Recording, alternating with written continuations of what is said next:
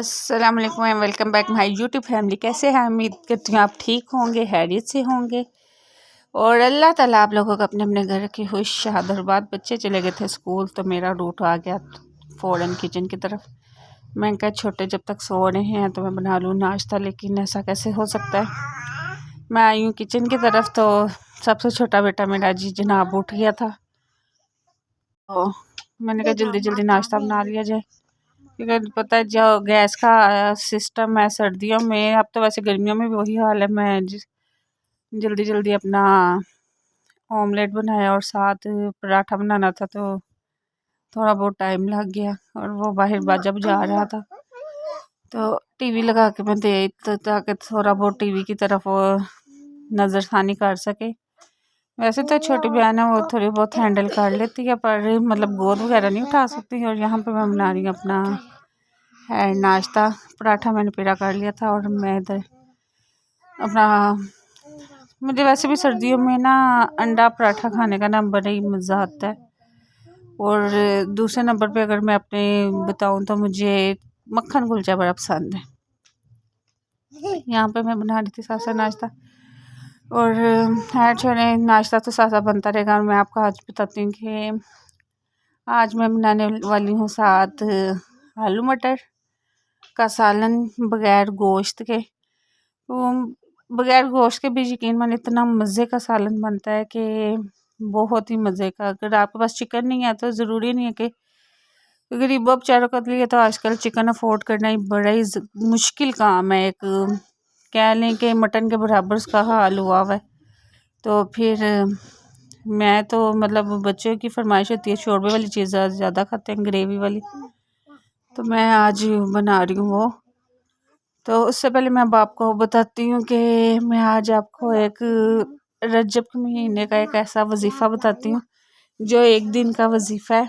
और यकीन माने आपको एक दिन के वजीफ़े से आपको मिल जाएगी, जो लोग औलाद की नेमत से महरूम है, अल्लाह ताला उनको औलाद की नेमत से नवाजे। ज़ाहिर औलाद बच्चे घर की वैसे ही खुशियाँ होते हैं, बच्चे घर में हो तो रौनक रहती है।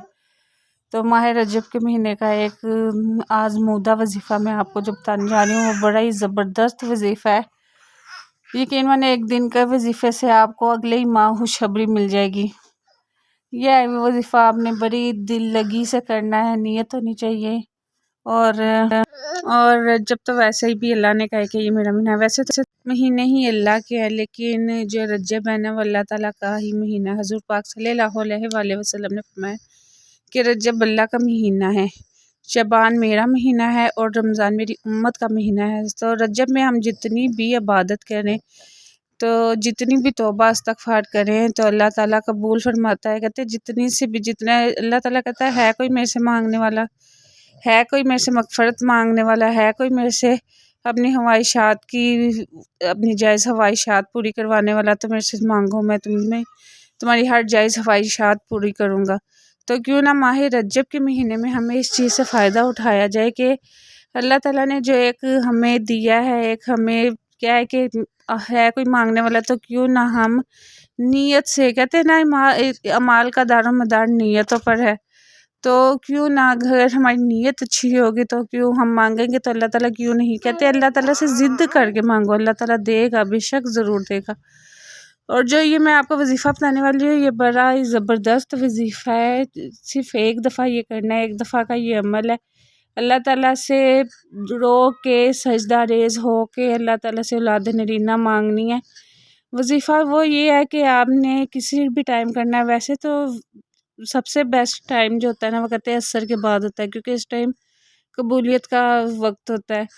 तो अगर कोई वजीफ़ा करना हो तो वो असर की नमाज़ के बाद करें। वैसे आप अगर जब भी चाहें किसी भी नमाज के बाद आप वजीफ़ा कर सकते हैं, लेकिन असर की नमाज़ के बाद इसलिए बेस्ट कहा गया है कि क्योंकि ये इस टाइम कबूलियत का टाइम होता है और अल्लाह ताला दुआ कबूल करता है।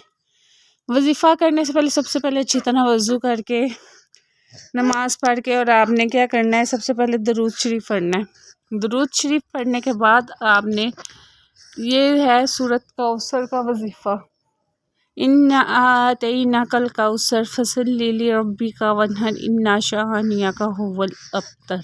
और ये सूरत कौसर है और ये आपने 129 दफ़ा पढ़नी है।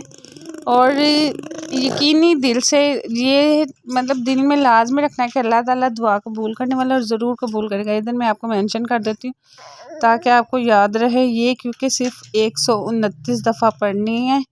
सबसे पहले दुरूद शरीफ पढ़ना है, फिर ये 129 दफ़ा आपने पढ़नी है सूरत कौसर और आप साहिब औलाद हो जाएंगे सूरत कौसर से। अच्छा, आयतल कुर्सी तो हमारी होगी 129 दफ़ा। उसके बाद जो हमारी अगली चीज़ आती है वो हमने पढ़नी है, एक तस्बीह पढ़नी है। अल्लाह ताला के ये 2 नाम आपने पढ़ने हैं और दिल में नियत रखनी है कि अल्लाह ताला औलाद नरीना के लिए हम पढ़ें या अल्लाहु या सलामु या अल्लाहु या सलामु। इसकी तस्बीह पढ़नी है। इसकी तस्बीह 100 बार पढ़ते हैं, मतलब 100 एक तस्बीह मतलब एक पूरी तस्बीह पढ़नी है। 100 तस्बीहें नहीं पढ़नी, 100 दफ़ा पढ़ना है ये नाम या अल्लाह या सलामु। ये तस्बीह पढ़ने के बाद जो अगला अमल आता है ये सिर्फ एक दिन का वजीफ़ा है, ये लाजमी ज़हन में रखना। सबसे पहले 129 दफ़ा सूरत कौसर पढ़ी, दूसरी दफ़ा जो हमने पढ़ी वो पढ़ी है अल्लाह ताला के 2 नाम या अल्लाहु या सलामु। और जो अब तीसरा प्रोसीजर आ रहा है वो पढ़नी है हमने सूरत फातिहा और वो पढ़नी है सिर्फ 41 दफ़ा, 41 टाइम वो पढ़नी है हमने सूरत फातिहा। अल्हम्दुलिल्लाहि रब्बिल आलमीन अर्रहमानिर रहीम मालिकि यौमिद्दीन इय्याका नअबुदु व इय्याका नस्तईन इहदिनस सिरातल मुस्तकीम सिरातल लज़ीना अनअमता अलैहिम गैरिल मग़ज़ूबि अलैहिम वलज़्ज़ालिन।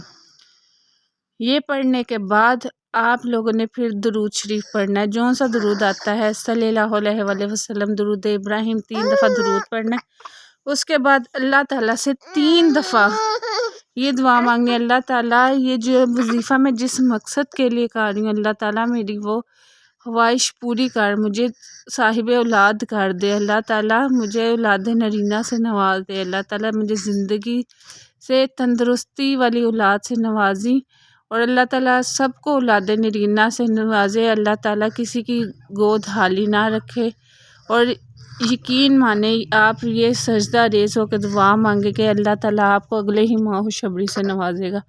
ये बड़ा ही ज़बरदस्त वजीफ़ा है। जिन जिन की औलाद नहीं है वो एक दफ़ा ये वजीफ़ा करके देखें, अल्लाह ताला आपको कैसे आप लोगों की गोद हरी कर देगा। और मेरी दुआ है अल्लाह ताला आप सब को औलाद से नवाजे। जो बे औलाद हैं तो सब मिल के आमीन कह दें और ये वजीफ़ा ज़रूर करें और इस वजीफ़े से बड़े लोगों को फ़ायदा हुआ है। सो अगली बात मैं करते चलूँ, यहाँ पर मेरी हंडिया भी पक के तैयार होने वाली है। ये मैं आज गोश्त के बगैर हंडिया बना रही हूँ। मैंने इसमें प्याज लहसुन अदरक वगैरह डाल दिया है और इसमें उसके बाद मसाला जार में मैंने सिर्फ 3 आइटम सिंपल से मसाले डाले हैं, नमक मिर्च और हल्दी बस। इसके अलावा कोई मैंने सूखा धनिया डाला, इसके अलावा मैंने कोई चौथी पांचवी चीज़ नहीं ऐड की। यकीन माने इतने ज़बरदस्त, जिन लोगों का स्टमक का इशू होता है वो सीना जलन वगैरह होता है वो यही चीज़ खाए ना, बड़ी ज़बरदस्त है कि आप लोगों की ना सीने में भी जलन नहीं होगी। ये देखें मेरा बच्चा मुझे हांडियाँ नहीं पकाने दे रहा, मैंने एक हाथ में उसको गोद में उठाया हुआ। अल्लाह ताला इस माह रजब के महीने के सदक़े आप लोगों की भी गोद हरी करें और मेरे बच्चे को भी जल्दी ठीक करें। तो यहाँ पर अब मेरा मसाला भून चुका है और अब मैं इसमें डाल दी है मटर और आलू। मैं मटर पहले डालती हूँ इसलिए क्योंकि अगर मटर पहले थोड़े से गल जाएं तो उसके बाद मैं फ़ौरन मटर को ज़्यादा टाइम नहीं मैं देती, क्योंकि वो कहते हैं ना चीड़े टाइप वो हो जाते हैं, ना गलते हैं ना सुकड़ते हैं ना। बस इधर मैं अब डाल लूँगी अपने आलू और फिर मैं इसको लगा दूँगी विसल, इसलिए क्योंकि बच्चों के आने का टाइम है और टाइम बहुत ज़्यादा शॉर्ट होता है तो बच्चे की वजह से काम करना भी मुश्किल होता है।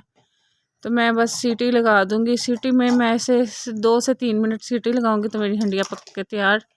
उसके बाद फिर जब जैसे जैसे जिसका सालन डालना होता है तो फिर मैं डाल के गरम मसाला फिर मैं उस टाइम ऐड करती हूँ। और मुझे इसमें धनिया बड़ा पसंद है लेकिन आजकल धनिया वो देते ही नहीं है। और यहाँ पे मेरी हंडिया बन के हो गई तैयार। सो मेरी वीडियो तो ख़त्म होने ही वाली है, तो अगर जिसने मेरा अभी तक चैनल सब्सक्राइब नहीं किया तो सब्सक्राइब कर दें, लाइक करें और शेयर कर दें। और वीडियो अच्छी लगी हो तो सब्सक्राइब ज़रूर